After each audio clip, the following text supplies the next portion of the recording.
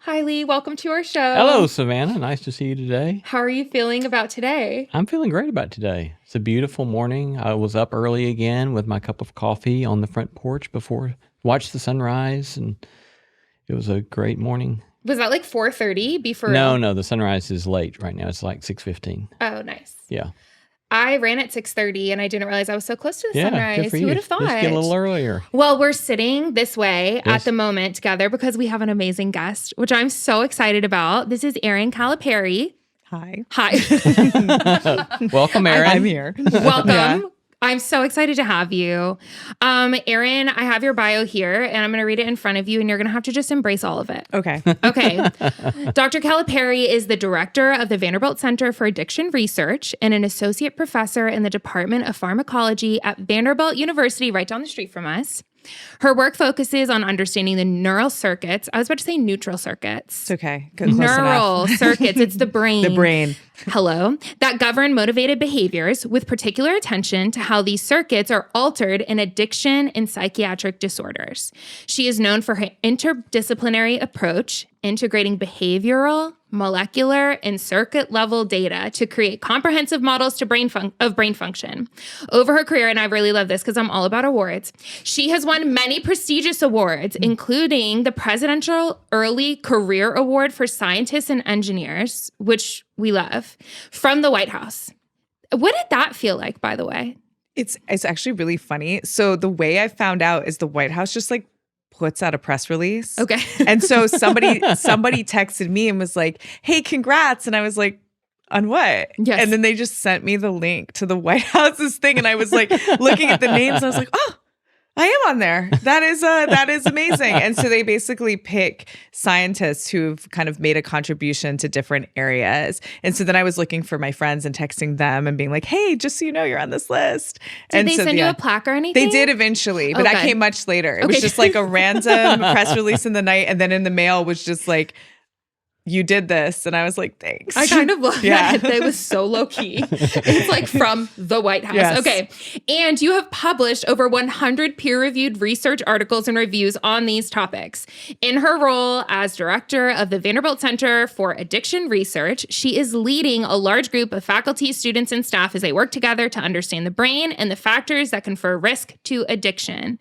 Through targeted outreach, the center has made an impact in the local and national community by educating the public on the science of addiction.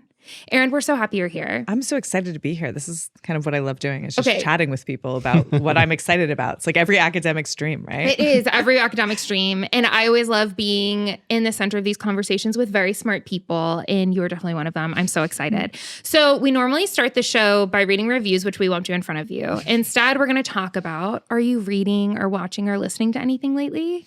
Okay, I'll start this with like a full disclosure that my job all day is reading and writing and meeting with students who have these like deep ideas about the world. So when I go home, I enjoy like consuming media that I am not always thinking as deeply about. So right now I'm like I'm catching up on Euphoria is the thing that I've been watching. As so you it's should. interesting to me. And so that's my thing of the week. But it does feel related to your work. Yes. Actually, I mean, everything essentially is related to my work. That's if you so think true. about, like all of these shows have drugs, even drinking, smoking, you start to look at patterns and how they represent these people and kind of how it fits in and how much of it is it a central storyline of a show or how much is it just like a given thing. I mean, you think about like these shows where people are having meetings and everyone's drinking wine or negotiating over whiskey and you just see how normalized some of it is. And so I find that fascinating from a different perspective. But Yeah, it's so like a nice way to make my viewing TV sounds educated. Yeah. It is educated and educational, Yes. as we love. Lee, do you have anything that you've been into lately? We're season 4 now of Slow Horses. I'm so proud. And I finished Flight of Passage, which is, Erin, you haven't heard me talk about this, but it's about a 17-year-old and a 15-year-old brothers who make a across-the-country flight on their own in a little 1943 Piper Cub in 1966. Oh, yes. I remember loving Piper Cup. It's amazing. It's an amazing story. So on one of my other adventure books that I just finished. Amazing. Yeah. You? Yeah, Slow Horses is incredible, and I'm so happy you're already on season 4. You're blazing through that. Blazing through, yes. I just finished reading, this is for real brain rot of a book, but it's Julia Fox's memoir called Down the Drain. Do you know who Julia Fox is? No. Okay, Erin, you know. I do know who Julia Fox is. I feel like that could be some like studying for this evening. Yeah, Julia has actually, yes, a ton of addiction and drug use, etc. in her history, which is fascinating. But she famously dated Kanye West, who I do think you know. Oh, yes. Yes. And she called herself Kanye's muse. That's what kind of propelled her into the public eye in a new way. Yeah. Yeah, so she was really interesting. Did I read anything life-giving? Probably not. I think that's all I've read lately. And that's on that. And I've been watching The Handmaid's Tale. Oh, The Handmaid's Tale is good. Isn't it so great? The Testaments is out too, which is the one that comes after. That's another one I'm watching that's pretty good. And I'm trying to blaze through Handmaids to get to Testaments because I've heard it's really good. It is, yeah. So I'm very excited about that. So some dark things in my world. I probably need to lighten up. Yes. Yes, indeed. Okay, on that note, let's start the show.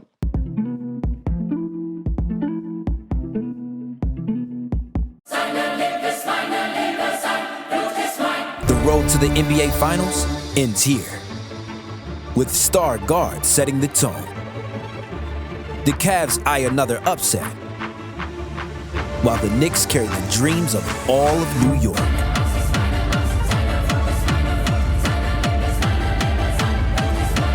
The Eastern Conference Finals continue on ESPN and ABC. This episode is brought to you by Redfin.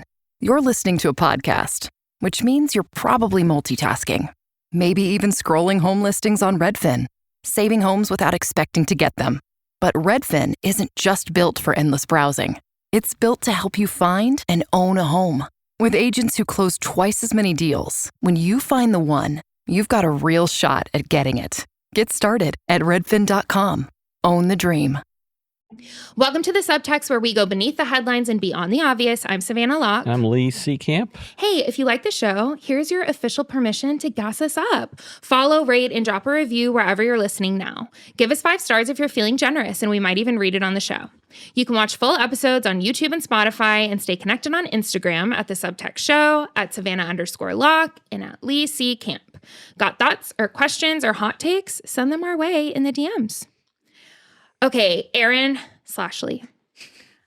This is what got me thinking about addiction and why I wanted to talk to you is because of the show, The Pitt. Yep. Have you seen any of this? I've seen some of it. I'm not like religiously following the show, but I've seen a good amount of it. Then you know the vibes. Yes. And Lee, have you seen The Pitt? I saw the first 2 episodes. What happened? The woman whom I love, who I live with, Yes. wasn't into going on to see episode 3. I think it was a little too much for her. Yeah. Yeah, it is fairly realistic. Yeah. So I told her again last week I would like to go back and watch The Pitt, and she said, I don't think so. Okay, so The Pitt has been like my favorite show over the last couple of years. They just finished the 2nd season, but it is very graphic. So if you have like a queasy stomach, it's probably not for you. Yeah. With all the blood and whatnot. Yeah. But one of the storylines that's overarching from season 1 into season 2 is actually a storyline about addiction. So in brief, it's about a doctor named Dr. Langdon, played by Patrick Ball, who was very high functioning, the best doctor in season 1. And at the end of season 1, it comes out that he had been stealing patients' benzos and he had a benzo addiction. Yeah, is he the main doctor? No, the main doctor is this guy. Dr. Rabinovich on the back of my computer, thanks to my husband. And he has this conflict, though, with Dr. Rabinovich, who is his like supervising doctor. Mm-hmm. And he basically was like, this hasn't affected my work. I'm doing amazing. Like, it's not an addiction. I just started whenever I had this surgery. Like, look at all the stuff I would do if I was an addict. Would I be able to do that? And at the end of season 1, you're thinking, like, what are they going to do with this person and how are they going to treat this story? And then in season 2, you kind of see some like rehabilitation and him being able to work again, etc. So I thought this is a really interesting look that challenges some stereotypes around addiction. And then I go on God's internet and I'm like, who specializes in this? And I find you right down the street from us because you actually specialize in addiction, and a lot of your public facing work, at least, has been around stereotypes around addiction. So I want to title this episode, What We Get Wrong About Addiction.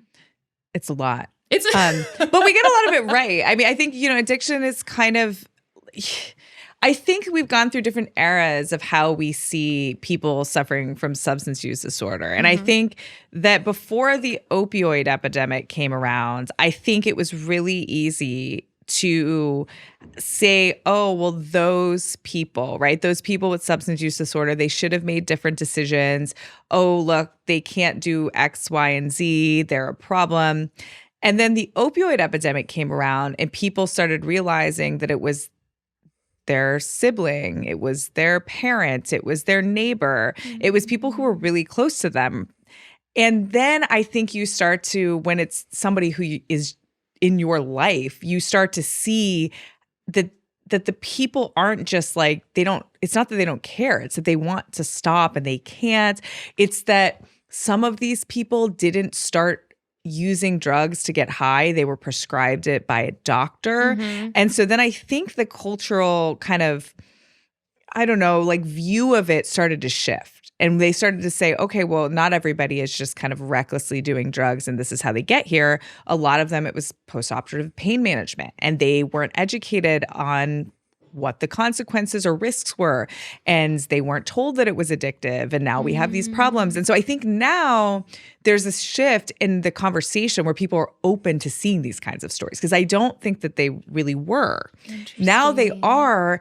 And you're starting to see better and better representations of them in the media. There are people who are high functioning, who are great at their job, who maybe have a problem with benzodiazepines or alcohol. And then you start to say, okay, well, this can be a problem in different ways because, okay, that's a problem for him as an individual, but it also is a problem for all the patients that were impacted by, his actions as well. And so then you start to see addiction as who is it harming?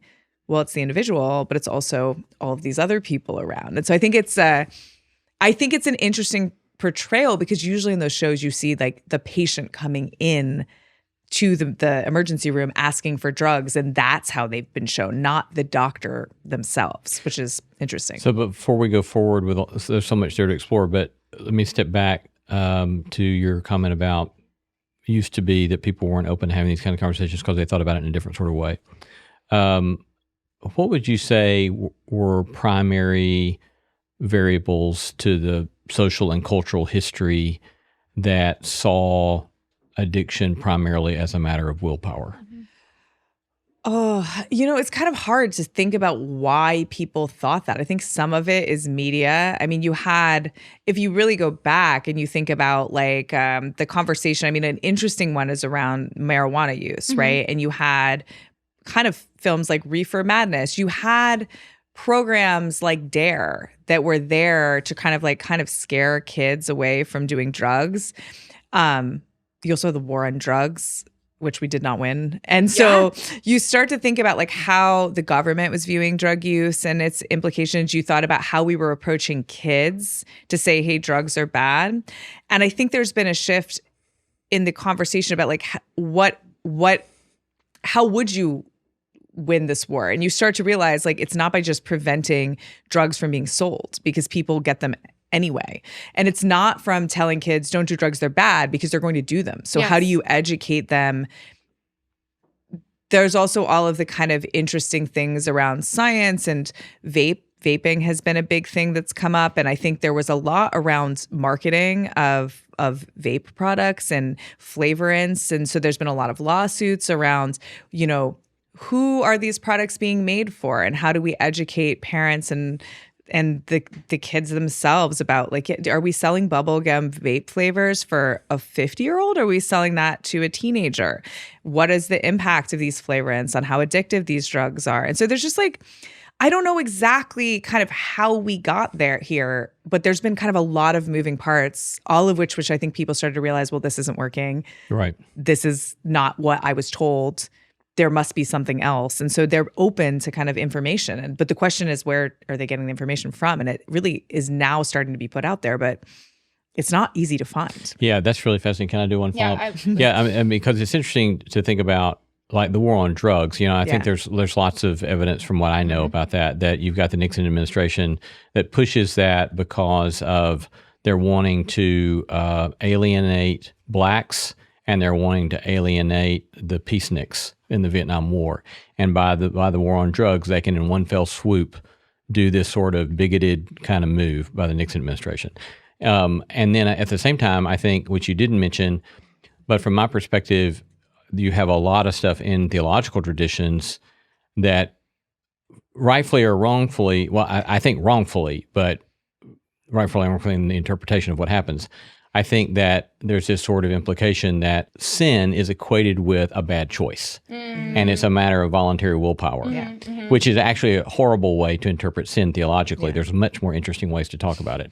But to me, those are just huge factors in all of this and the other kind of cultural things. Well, and the pointing to. willpower thing is tough, right? Because I think you look and you think with your own perception, because we center ourselves, right? We say, oh, well, I would just stop. But the entire disorder is that repeated drug use changes your brain in ways that make it very difficult to stop. They, like when you think about this, most people have heard of dopamine, and it's a molecule in your brain that helps you learn things. And so I think a lot of times we talk about it as a reward molecule, but it's a little more complicated than that. It's really important in helping us learn about things in our environment that are important. And what drugs do is they increase dopamine. So they're artificially telling your brain, this is important.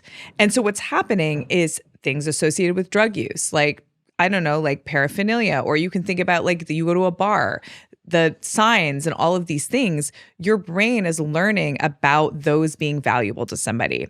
And drugs are essentially pharmacologically engaging the system in a way that's way above and beyond normal. So now what you've done is it's not just about the drug. It's, people can take drugs and not become addictive. So it's not that drugs themselves are addiction. Taking drug once doesn't mean you're addicted. Yeah. It's this process by which you're taking them repeatedly and it's changing your behavior. And so the whole kind of fundamental aspect of addiction is that it's not that easy to stop. And so I think people are starting to learn more whereas as information is available about how this is kind of complex and how do you help people. Well, it's not by just being like, hey, stop. It's by helping them redirect behaviors to things that are more adaptive. It's by, intervening in different ways and providing support. And we don't have a magic bullet treatment. So how do we do that? And so I think when you think of it that way, then you start to be more open to saying, okay, well, maybe this is more complex than I thought. And I think that's where we're starting to shift to this conversation. It's not like we're 100% there and everyone's like, yeah. And it doesn't mean that your behavior doesn't still harm people. Right. Just because there's, you know what I mean? So I think that that's the complex part still, is someone says, well, that person still harmed me, and that's true. And so how do you kind of navigate helping people now? And that's, I think, still a challenge. With an integrative and multifaceted approach. Yeah. Okay, because I've read a ton of your stuff over the last week and watched literally every video on the internet of you. I don't know if that's good. I mean, no, it's good or bad. But something I was interested in hearing more about was the research that you've done with animals. Yeah. To learn more about volition. Yeah. And can you explain what volition is for normal people? Yeah. So essentially, you're making a choice to do something. And so, if you think about studying drugs, I kind of touched on this, is that you can take a drug, right? And that's not addiction just because you had one drink. And so what we study is the difference between what a drug does, like the pharmacology. You take a drug, what does it do to your brain, and how your choice to take it over and over again is represented in the brain, and kind of what is changing that's making drugs such potent motivators of behavior across kind of different environments. And so we use kind of, you can't do a lot of these studies in humans because you really need to understand the nuanced aspects of this. How do you know what's going on in the brain when you're doing this? And so we're doing a lot of recordings where we're recording dopamine, and we're recording dopamine with very, very high resolution. So we can record dopamine, on a sub-second time scale. That means we can get hundreds of recordings every second of what the dopamine levels are at a specific time while, a subject is doing something. So the question is like, when they see a cue associated with a drug, what happens to their dopamine system? As they take drug, what happens to their dopamine system? By cue, you mean like when they see a light, a sign, or a restaurant or something? Yeah, like, so could it be anything? For a person, the cues are just things associated with something else. Okay, So nice. so for a person, it could be the needle they took the drug with, or it could be a plate or spoon. It could be the sign that's associated with the bar. It could be a specific kind of glass they drink their drink in. For animals, it's usually a light or a sound or something to mimic that. And we can go and say, well, what does dopamine do to each of these things? And then you can start to compare it to say, okay, maybe we have some signal associated with drug and we have another signal associated with food. How does addiction change how they respond to these things? And so your brain will respond to both. But when you've had a lot of drug and you're very motivated to get drug, now the brain response to the drug cues are much bigger than to the food cues. And so we're looking at how it just shifts how you're making decisions. Like, how much do you value taking drug over getting food, over social relationships? And so it's really about like understanding addiction at a deeper level. Is it just that you want to take drug? Or is it it's also fundamentally reshaping how you view other valuable things in your life so that those aren't as important, so that what you're preoccupied with is, how do I get drug? You don't value the negative consequences associated with drug use. You don't value alternatives as much. And so then if you can understand the kind of dysfunction that happens, how can we start to shift that balance back to something that's adaptive? Yeah, I mean, I'm fascinated with, and I'm a hack in this area, so correct anything that's grossly wrong. But I remember reading a study about the Olds and Milner, these guys. Oh, this is like one of my favorite studies.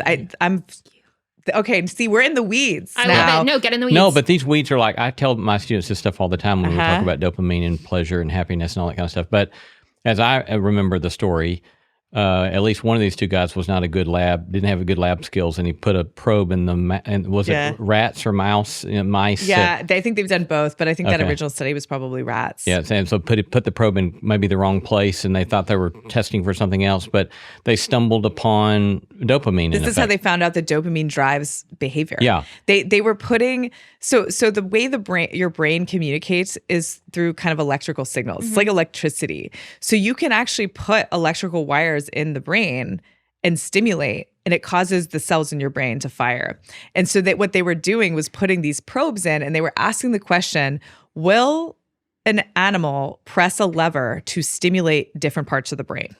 And so they were saying, will you stimulate your cortex? Will you stimulate here? And what they found was that when they hit the dopamine neurons, these animals would press and press and press at very high rates. And so they basically were like, well, what's going on there? And this is how we found out that increasing dopamine is something that really motivates behavior. People, yeah. Well, and I go in and tell my students about that stuff, and then I say, as I remember the stories as well, that they got kind of gross with these tests. I mean, they ended up, they would have one that would just punch the button, even have food there sitting next to it, and it wouldn't eat the food. Yeah.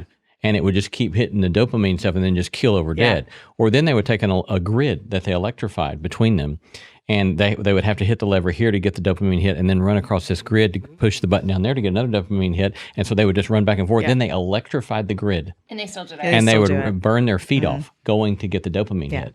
And so it's like, that's what's going on in our brains when we have this overdriving, overwhelming urge and crave. It's like, it's things in your brain that are happening. This episode is brought to you by Netflix. The Four Seasons is back for season 2, starring Tina Fey, Will Forte, Coleman Domingo, Marco Calvani, Carrie Kenny Silver, and Erica Henningsen. After a difficult year, your favorite group of friends continues their tradition of vacationing together, now with a baby in tow. From the Jersey Shore to upstate New York and Italy, their getaways are sure to take unexpected turns where comedy ensues. Watch The Four Seasons May 28th, only on Netflix. Adobe Firefly is the all-in-one creative studio with AI-powered image and video editing for today's creative process. Built for creators of every kind, Firefly helps you generate, edit, and experiment fast. Because the asks aren't getting smaller, the budgets aren't getting bigger, and the timelines, still tight. With all the best creative AI models in one place, Firefly brings your ideas to life. Unlock a better way to make with Adobe Firefly. Okay, so 2 questions. The I'm first sorry, I just like is- love that this paper got brought up. I bring this up in the lab, and this is like it's one of my favorite papers. It's like I love it. It was like the beginning of this field. This is how it started. It's just It's really, really incredible. cool. Yeah. It's dark, but that's good. Yeah. Okay. Wait, one more quick go follow up ahead, on Lee. this. So sorry. So, but I do remember when I was like a rookie faculty member, quite a few years ago now, reading a study about a study going on at Vanderbilt, and I'm remembering for decades plus ago, but as I remember hearing about the study, you all were testing on dopamine levels in the lab, and the test was, okay, let's test dopamine levels when you eat chocolate, when you have an orgasm, and when you have cocaine.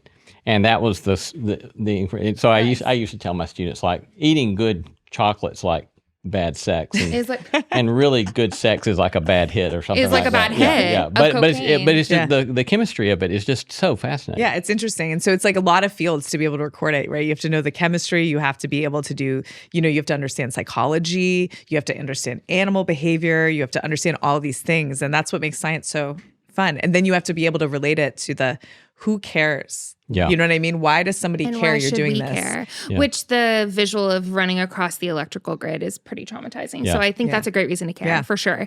Okay, so 2 things. One is what is happening in our cells that is making us make these choices to run across an electrical grid. And if it is true that humans also do similar things. And then B, have there been any sort of progressive therapies that have helped rewire, undo some of the damage that can be done to that? Yeah. So this is okay. So humans do a lot of the same behaviors. The reason that these behaviors are so, one, they're important to study, but 2, they're so, I don't want to say easy because science is hard, but that they're easier to model in a lab is because these are like fundamental behaviors. Yeah. Like if you think across all organisms, what do they have to do? They have to eat, they have to reproduce, they have to be motivated to do things, otherwise they won't. And so these systems in our brains are conserved across basically all species. And you see the same kinds of responses. You can get flies to self-administer alcohol. They'll actually consume it. So they're like, this is like across all species, right? And so I think it's one of those things that you get these conserved behaviors. When you look at humans, they become a little more complex, right? When you're thinking about, an animal, you have a grid floor. If you're thinking about humans, you're thinking about like what is an aversive consequence to a human. It could be you might lose your job. It could be bad decisions at work. I mean, going back to the Pitt, you're thinking of somebody diverting drugs. That's a massive risk for a doctor, right? But you're so focused on getting access that you're not really weighing the consequences of your actions the way that you once were. And so it's really kind of about how it's reshaping how you make decisions. And that's really the important part.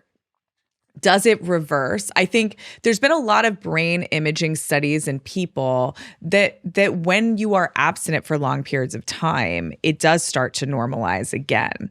So you do start to get kind of normalized behavior, but it's really hard because there's other factors other than just, your dopamine system has changed that go into drug use. You think about stress, right? People often relapse. So they might be abstinent or successfully abstinent for years and they still can relapse. And a lot of times it's around stressful events. So you have all of these things that are really shaped because again, you're stressed, you remember drugs, it basically makes you feel better. So you have all of these things in a human life that are not quite the same in some of our model organisms that become so hard to control for, right? People do really well with abstinence if they're removed from the environment they're in, right? If you put them in rehab, you put them in another state, people actually are pretty good at staying abstinent, but then you come back to the same stressors, managing all of these things. And so it becomes really challenging. And so when you're thinking about, how do you recover? I think that's one aspect. These GLP-1 drugs are actually starting to be a really big conversation. So people were taking them for weight loss and they started reporting like, hey, I don't want to drink anymore. And everybody's like, wait a minute. Does this work for other drugs? So now there's a lot of ongoing studies that it looks like it works for a lot of compulsive type behaviors where people are not really always updating their actions based on an outcome, right? You do the behavior with no thought about what the consequence of that action is. That's kind of like a compulsive behavior. You keep doing it. It looks like for some people it works. And so this might be one of those big breakthroughs that we've had, that we haven't had anything like this in a long time. And so it's, again, none of these things are going to be a cure. Like you take it once and all of a sudden you're completely cured. It's going to be a tool that helps people along with all of these other, getting in a better environment, getting a support system, like really working on sobriety, like that I think. But again, we're in an interesting, exciting time, but we don't have all the answers right now. Yeah. Did you know about that GLP-1 stuff? Yeah, I've heard a bit about that, which is interesting because there's I'm fairly familiar with a lot of the recovery literature, AA and Al-Anon literature, and I remember there's something I don't know if it's in the big book or where, but they'll talk about how if there ever was a pill that they could take, that they would, right? Yeah. But they thought that at that point that there wasn't. So I've always found that really interesting that there might be these kind of treatments. I want to go back to one more question about kind of the powerlessness kind of piece of this before we talk a little bit more about interventions or helps. So years ago, I heard a physician, and he was saying the analogy that he used to help people understand powerlessness over this stuff. And so I would love to hear from your perspective if this is a fair enough, helpful metaphor or analogy. He said, look, if you're drowning and you're underwater and you know if you take a breath in, it's going to kill you. But at some point, your brain and your brain stem takes over and it makes you take a breath and it kills you. And he said, that's what's happening in addiction, is that if you take another hit or you do whatever it is, that it can kill you. But there's another part of your brain that takes over and you do it. Do you think that's a fair, helpful metaphor or analogy? I think probably for some people, it's hard because I've never experienced this, right? So I don't know exactly what the feeling is for people. And it's one of the interesting things about addiction is that it's a disorder that has a wide range of different kind of reasons and experiences. So when you think about like a genetic disorder, like you can say this gene went wrong and in every instance of the disorder, this gene went wrong or something like that. With addiction, some people started taking drugs because they had a lot of anxiety. Some people started taking drugs because they had a surgery or they have chronic pain. Some people started taking drugs just because they were trying to have a good time. And like all of these things, they led to the same kind of outcome, but it doesn't always express the same way either, right? So, when you look at how you diagnose addiction, you have the DSM-5, and it's all of these different categories that you can have. You need some cluster of these kind of markers, and some people have some and not others, right? Some people may not be dependent on the drug, but dependence means that if you stop taking the drug, you'll have withdrawal symptoms. Okay, well, with opioids, most people who stop taking it have severe withdrawal symptoms, but stimulants don't really cause severe withdrawal symptoms. So that means that some addiction has that as an aspect, some doesn't. And so I think, it's hard because I think that is the experience is that people, again, they kind of know they don't want to be doing it, but it then takes over and motivates them. But it's different for different people, and what's motivating them and when and why and how is really different. And that's what makes it so hard. It's not like we have one patient. We have a range of different patients, all with different experiences and comorbidities. And we're trying to figure out, do we need to treat a comorbid depression, right? It becomes really hard not to take drugs if you're depressed when you're not taking drugs.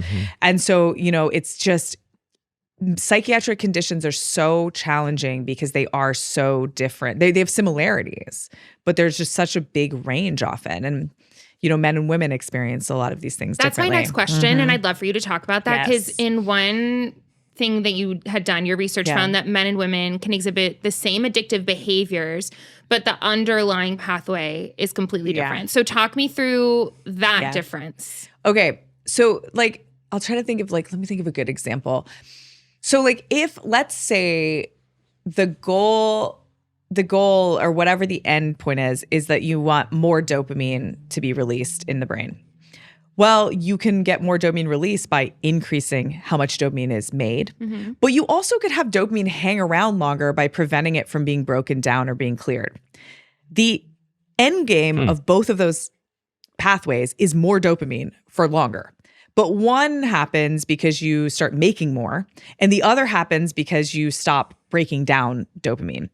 And so I think a lot of times when you see some of these psychiatric disorders, you can get to the same end, like depression, anxiety, but the way that you got there might be through a different molecular pathway, right? So there's some overlap in some process in the brain, but maybe these grouping of signaling molecules are what's driving it in one group and these in another.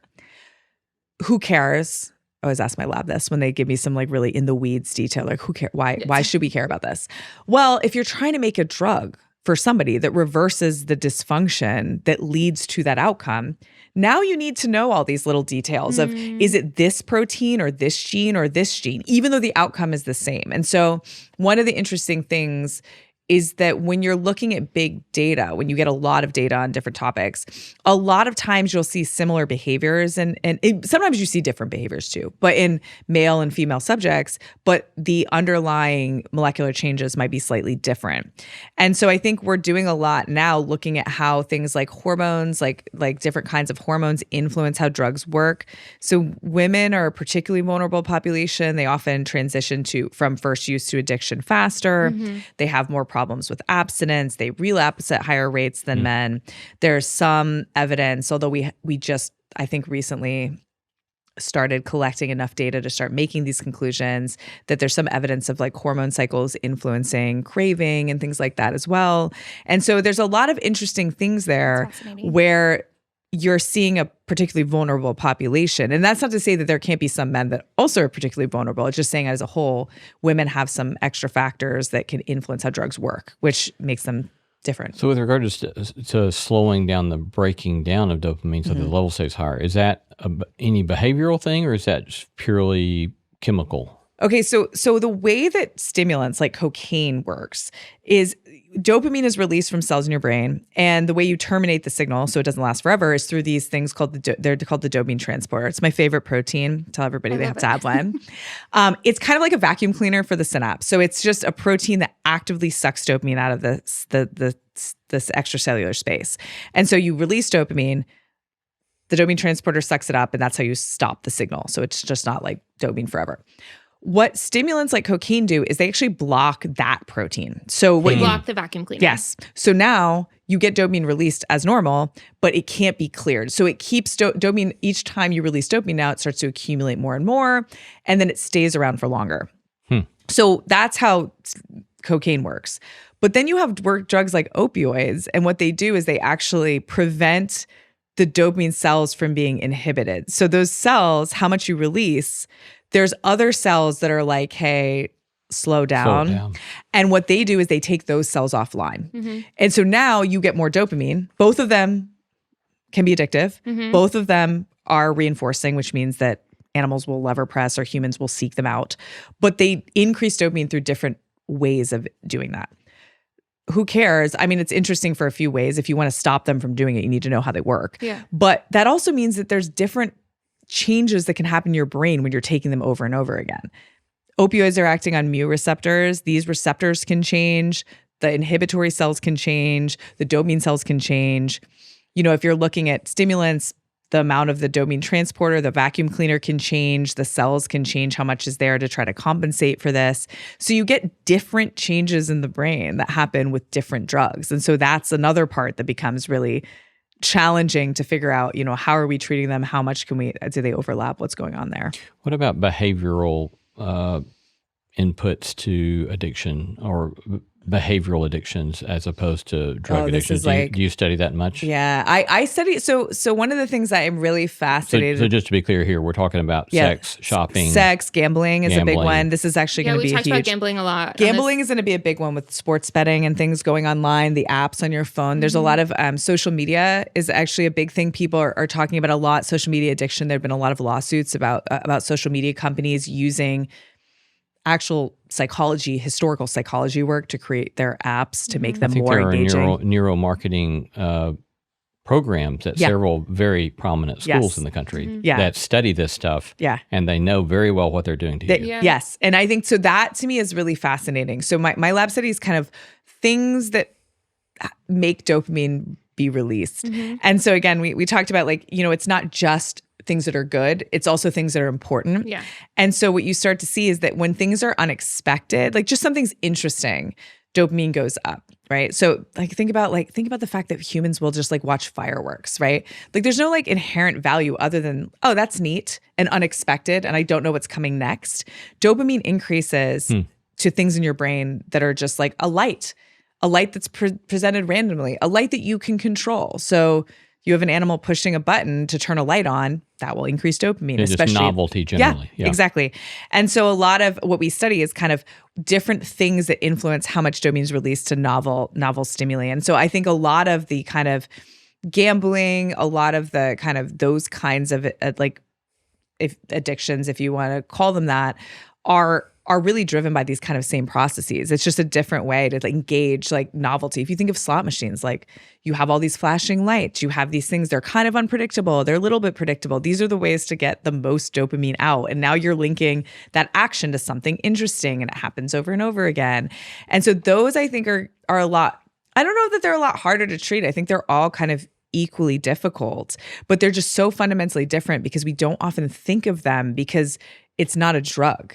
And so I think it's taken people a little time to kind of come around to the fact that like gambling is an addiction, or you would have a sex addiction or a food addiction. And so I think that's like a conversation where people are starting to kind of look deeper into that. And again, those GLP-1 drugs are really interesting because it looks like it kind of could actually have positive effects on some of those, but it also makes people lose weight.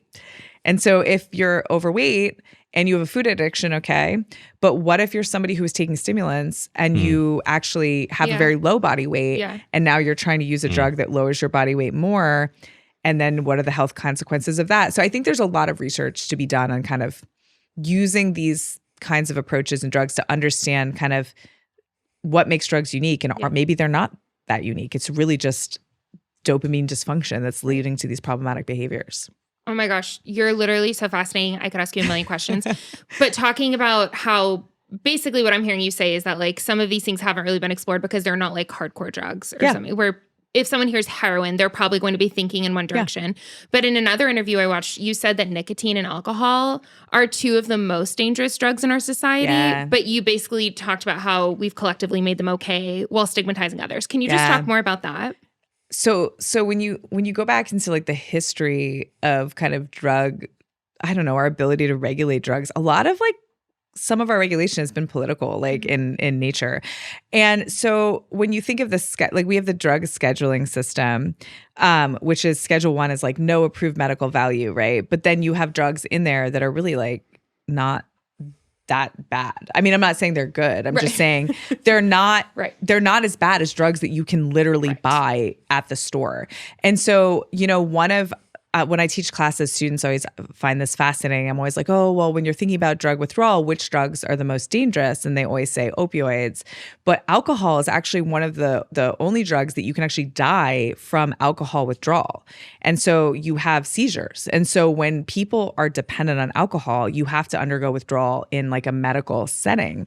And so you have these drugs that are causing massive problems. Nicotine is also incredibly dangerous. And so you have these drugs and they're legal. And then you look at some of these other drugs and they're not. And I'm not advocating for legalizing all the drugs. I'm just, it's more about a conversation of like, well, how are we deciding what is okay and what's not okay? And a lot of it's just really complex. And so, you know, when you're thinking about like scheduling and how you can study these drugs, these decisions change how researchers get access to them. So if you think about marijuana, that is a Schedule 1 drug. In my lab, I have to get approval and I have to get the drug. Usually it comes from like the government or a supplier. And they're really controlling what that is. But if I live in Colorado, I can just like go to the store and buy it. But I cannot, because my research is regulated by federal like laws. I can't, if I lived there, I could not go buy that and study in my lab. And so now we also have this kind of interesting thing where there's drugs people are using recreationally, but researchers can't study those drugs in the form they're using them in the lab easily. And so there's kind of these interesting legal systems that make it really challenging to study drugs quickly as they come out and like how you do it. So it's just like I think there's a lot of interesting conversation to be had there on drug regulation and what's legal and what we decide is safe and what isn't, and kind of what the impact is on people. Yeah. No, that's so fascinating. Do you have any more questions? Because I have one more. So I have loads, but you dang go it. ahead. You take I the- know. no, you I take mean, the last literally, one. okay, I'll take the last one. Are you sure? Yep. Okay. So something I wanted to ask was if you could wave your magic wand and you could educate everyone in Tennessee and or the country about this subject, what would you want to say in terms of maybe like policy or education around addiction? That's such a hard question because it's like there's so many things I want people to know. You know, I my brain is going, I don't have a great way to articulate exactly what I want to say. I think my brain goes to where I actually care the most, which is educating parents and teenagers on kind of developmental periods and the consequences of taking drugs during those periods of time. So this won't be concise, but I try. Please. Your prefrontal cortex is not fully developed until you're in your like mid-20s. And so a lot of these systems that the drugs are engaging are the same systems your brain is using to develop and form new synapses and reshape kind of how these systems work. And so, you know, one of the most critical periods is kind of these like middle school, high school age students. And I think our messaging around that historically has been don't do drugs, they're bad, instead of, oh, let us educate you on kind of what the consequences are so you can make informed decisions. And I think a lot of that would be kind of educating people on kind of what happens during that period so that there's information about kind of that being a really important time to really consider kind of what you're doing and what those drugs could do to kind of the long-term organization of your brain. It's great to be with you. Thank you very much. Yeah, thanks so for the great much. work you're doing. We're appreciative. Yeah, you're amazing. Thank you so much. Thank Thank you.